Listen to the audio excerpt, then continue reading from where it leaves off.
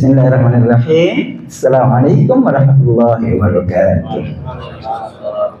Alhamdulillahilladzi anzala al-Qur'ana fi syahri Ramadan hudan lin-nas wa bayyinatin minal huda wal furqan.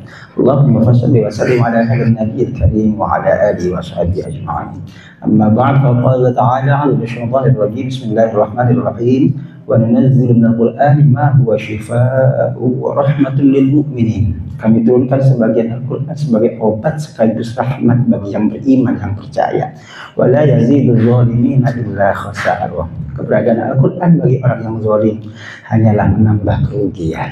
Qala sallallahu alaihi wasallam, khairukum man ta'allama Al-Quran wa 'allamah. Yang terbaik di antara kalian adalah mempelajari Al-Quran dan mengajarkannya. Qala sadaqallahu al-'azim wa sadaqa rasuluhu al-habibul karim wa syahidina syakir. Alhamdulillahirabbil alamin. Alhamdulillah, Bapak Ibu, puji syukur Allah Subhanahu wa taala, Allah pertemukan kita kembali di malam Ramadan 1447 Hijriah ini. Untuk sebagian jamaah ada 10-an orang, insya Allah sudah nggak asing lagi, bahkan sudah tidak langsing lagi. Karena setiap awal pekan kita ketemu di ahad pertama dan ahad ketiga ngaji bareng di masjid kita tercinta ini. Kalau ahad pertamanya judulnya adalah mengupas kitab Asy-Syama'il Al-Muhammadiyah, yakni tentang keseharian Rasulullah, kepribadian Rasulullah, ibadahnya Rasulullah, dan secara keseluruhan sirahnya Rasulullah SAW yang ditulis oleh Imam At-Tirmidzi, satu di antara para penulis hadis yang 9. Imam At-Tirmidzi berdasarkan riwayat-riwayat yang bersumber dari Nabi SAW tentang keperilakunya Nabi SAW. Itu ahad pertama. Nah, ahad yang berikutnya pertemuannya 2 kali dalam 1 bulan adalah ahad ketiga. Ahad ketiga kita belajar CCTQ namanya, cara cepat terjemah Al-Quran. Itu adalah metode untuk mengenal kosakata Al-Quran dengan mudah. Ya, Bapak tidak perlu menghafal, Ibu tidak perlu menghafal, tapi dengan pengulangan maka kita bisa merekam kosakatanya secara mudah. Lalu setelah itu kemudian masuk bagian yang keduanya adalah mengupas isi kandungannya melalui tafsirnya. Nah, cuma sayangnya ibu-ibunya nggak ikutan. Jadi ketemunya sekali setahun ya Bu, saat Ramadan saja. Gitu. Masih ingat Bu siapa Bu namanya? Siapa tadi? Ujo. Ustadz Jono.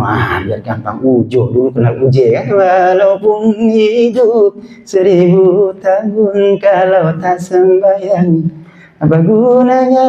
Itu Uje. Nah, ketemu sekarang dengan Ujo. Itu ya, kalau Ujo beda sholawatnya ya. Gimana tuh? Sholawatnya beda. Gimana Pak sholawatnya?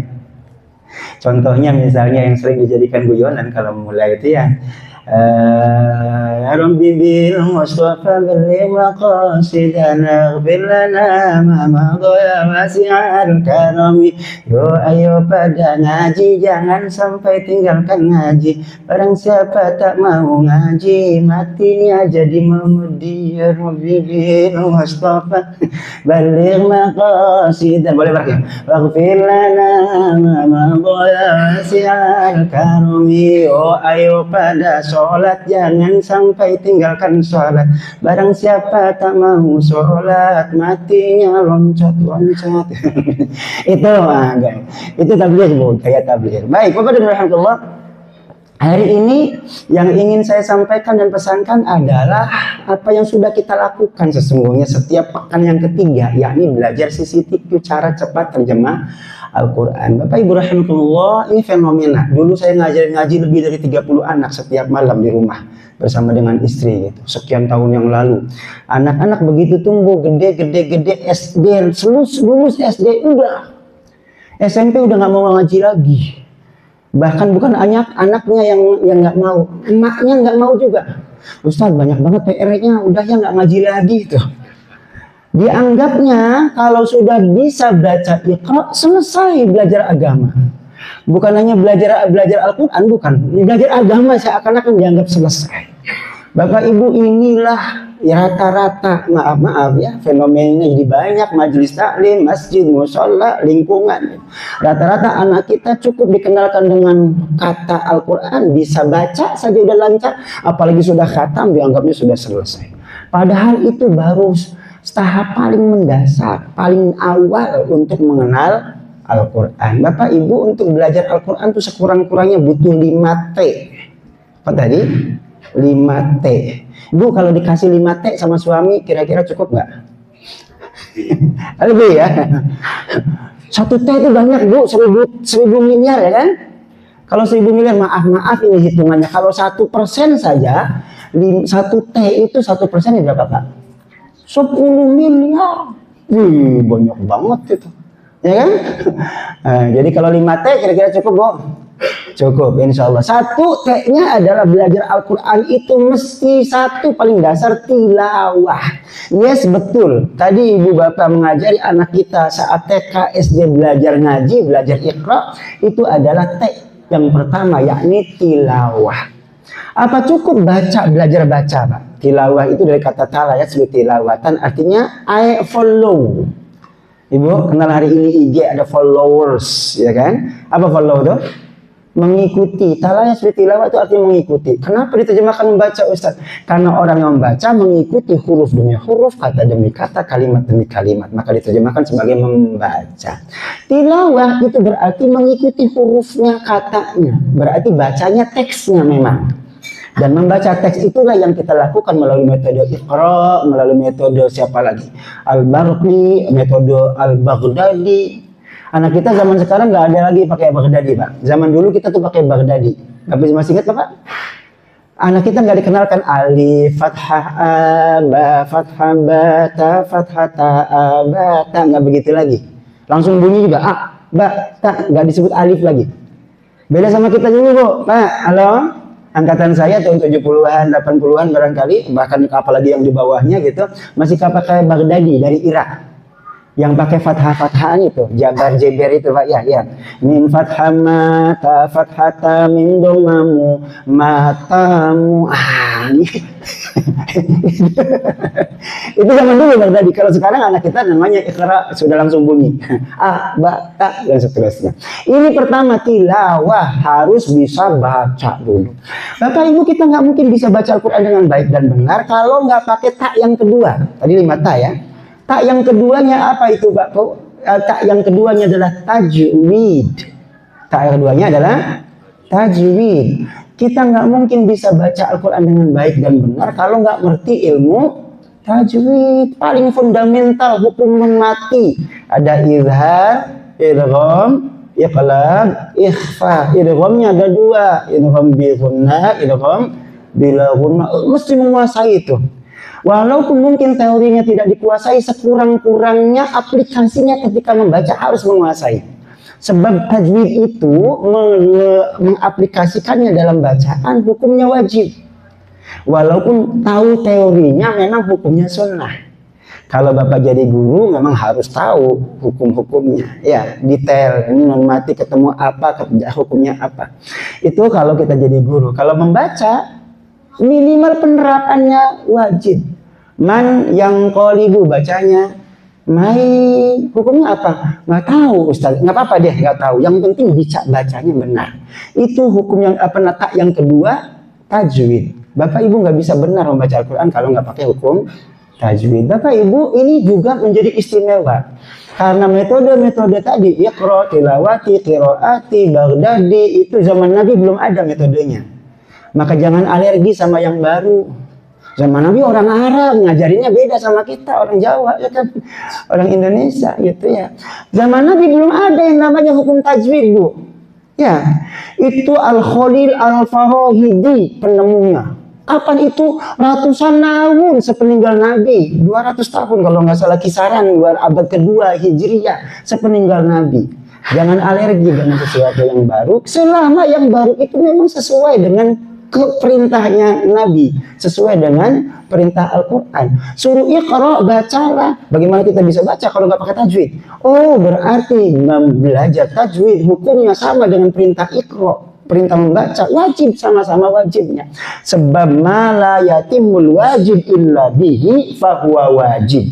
Ini usul fikih ini Pak ya. Logika hukumnya adalah kalau sesuatu tidak bisa sempurna kewajibannya kalau tidak ada wasilahnya ini, kalau baca Al-Quran tidak bisa sempurna tanpa belajar tajwid, maka belajar tajwid wajib. Gitu tuh. Itu yang kedua, yang kedua tajwid. Yang ketiga Bapak Ibu adalah tahfiz.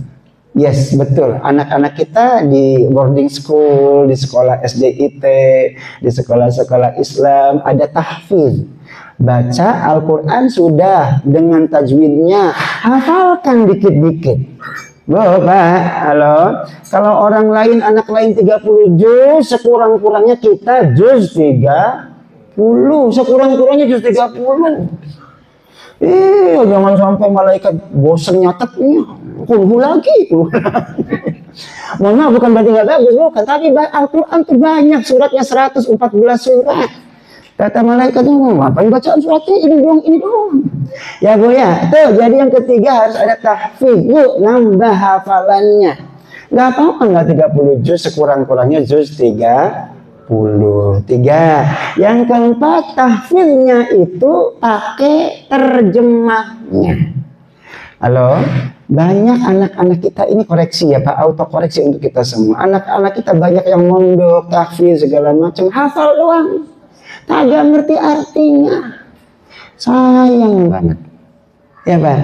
Ini ditanya ini apa maknanya, dia nggak tahu. Hafal sih hafal. Itu maaf kayak beo. Assalamualaikum. Dia ngerti artinya apa? Nggak Bu. Maka bagaimana mungkin kita bisa jadikan Al-Quran sebagai hidayah petunjuk kalau kita tidak tahu terjemahnya? Ke yang keempat. Tadi kutipan ayat yang saya jadikan sebagai pembuka, sebagai muqaddimah adalah surah Al-Baqarah 185. Syahrul Ramadan alladzi unzila fihi al-Qur'an. Pada bulan suci Ramadan Allah menurunkan Al-Qur'an. Bulan suci Ramadan adalah bulan diturunkannya Al-Qur'an. Hudan lin-nasi wa bayyinatin minal huda wal furqan. Itu Al-Qur'an menjadi hidayah. Apa itu? Petunjuk satu. Yang kedua wabayyinatin minal huda, penjelasan atas petunjuk tersebut. Yang ketiga wal furqan, pembeda. Ada 3 yang disebutkan. Paling awal hidayah. Ini masjid kita klop banget namanya Hubbul Huda. Cinta hidayah, cinta petunjuk. Sayang kalau sudah difasilitasi, yuk kita belajar bareng setiap pekan ketiga, ngaji, membaca dan menerjemahkan Al-Quran, kita tidak manfaatkan. Padahal namanya sudah Hubbul Huda, cinta petunjuk. Ya Pak Bu, yuk maka kemudian jadikan Al-Quran ini sebagai hidayah petunjuk. Di antaranya langkah paling awal adalah dengan memahami terjemahnya. Sebab kalau kita nggak tahu terjemahnya, nggak bisa jadi petunjuk Pak. Halo, anak-anak kita sekarang gandrung sama artis Korea. Betul deh? Halo? Yes. Itu hurufnya balok semua. Huruf Korea. Bisa bacanya nggak deh? Bisa bacanya? Wow, keren. Tahu artinya nggak? Nah itu. Pak, jangankan nggak bisa bacanya, jangan apalagi nggak bisa bacanya. Bisa bacanya, kalau nggak tahu artinya, maaf belum jadi petunjuk. Besok-besok adik pengen nonton apa bahasanya itu kalau artis manggung itu apa Pak namanya? Halo, sampai ke Korea dikasih petunjuk tuh. Di pinggir jalan kan kalau mau ke sini rute dari sini ke sini balok semua hurufnya. Bacanya bisa, keren banget. Artinya nggak ngerti lah ini gimana jadi petunjuk. Al-Quran kita sudah bisa baca tapi nggak tahu artinya, belum jadi petunjuk kan. Ini yang keempat. Maka ayo kita lanjutkan belajarnya bareng di sini. Ya Pak, ya sederhana sebentar kok, maghrib sampai isya doang mudah. Ya manfaatkan, ini luar biasa sudah. Ya Pak Bu, difasilitasi oleh DKM-nya. Manfaatkan untuk bisa membaca Al-Quran dan memahami isi kandungannya dengan yang keempat, yakni terjemahnya. Lalu yang kelima, ini kandungan lebih dalam, tafsirnya. Fassara yufassiru tafsiran, artinya melapangkan, meluaskan, memahami lebih lapang, lebih luas isi kandungannya Al-Quran. Itu yang kelima. Sekurang-kurangnya ya paham, bukan hanya terjemahnya tapi juga maknanya. Sebab bisa jadi terjemahnya perintah, isinya larangan. Ya kan? Bisa jadi terjemahnya perintah, redaksinya perintah, tapi isinya larangan, atau sebaliknya isinya kalimat redaksinya larangan tapi isinya perintah. Bisa nggak begitu? Bisa. Ibu punya anak gadis Bu, malam minggu ya Allah jam 10 belum pulang. Jam 10 malam belum pulang, tuh malam mingguan tuh nongkrong di sono. Iya apa tuh? Dekat Al Kausar ya. Misal gitu, ibu tungguin dah tuh depan pintu ya kan. Anaknya pulang setengah 11. Kemana aja dek? Gitu kan? Jangan pulang sekalian. Gimana tuh? Itu larangan kan, jangan pulang. Kira-kira anak kita pulang atau pergi lagi? Makasih ma. Waduh, geblek banget. Disuruh jangan pulang, bener-bener pulang dia. Ya, yang laki-laki, kamu kemana aja? Jangan pulang malam. Oke mak, siap. Pulang pagi dia. Itu namanya baru memahami terjemah, belum sampai tafsir. Maka ini 5 poin utama Pak Bu ya, kita sama-sama belajar Al-Quran. Itu 1, tilawah bisa baca. Yang kedua, lengkapi dengan tajwidnya. Yang ketiga, hafalkanlah dikit-dikit. Tahfidz, hafalkan dengan terjemahnya. Lalu sampai ke puncaknya adalah tafsirnya. Insya Allah kita bisa memahami Al-Quran dengan lebih baik. Untuk kemudian setelahnya kita mengamalkannya. Insya Allah Ramadan ini kita niatkan Bapak Ibu ya, bukan hanya selesai tadarus Al-Quran membacanya sampai 30 juz, tapi juga memahami isi kandungannya dengan minimal baca terjemahnya sekalian. Ya, manfaatkan Ramadan 1447 Hijriah ini untuk lebih dekat dengan Al-Quran, sehingga kemudian kita tahu isi kandungan Al-Quran dan insya Allah menuntun kita sebagai hidayah Al-Quran yang menjadi petunjuk untuk kita sukses dunianya, selamat sampai akhiratnya. Amin ya Allah Rabbal Alamin. Alhamdulillah Rabbil Alamin. Assalamualaikum warahmatullahi wabarakatuh.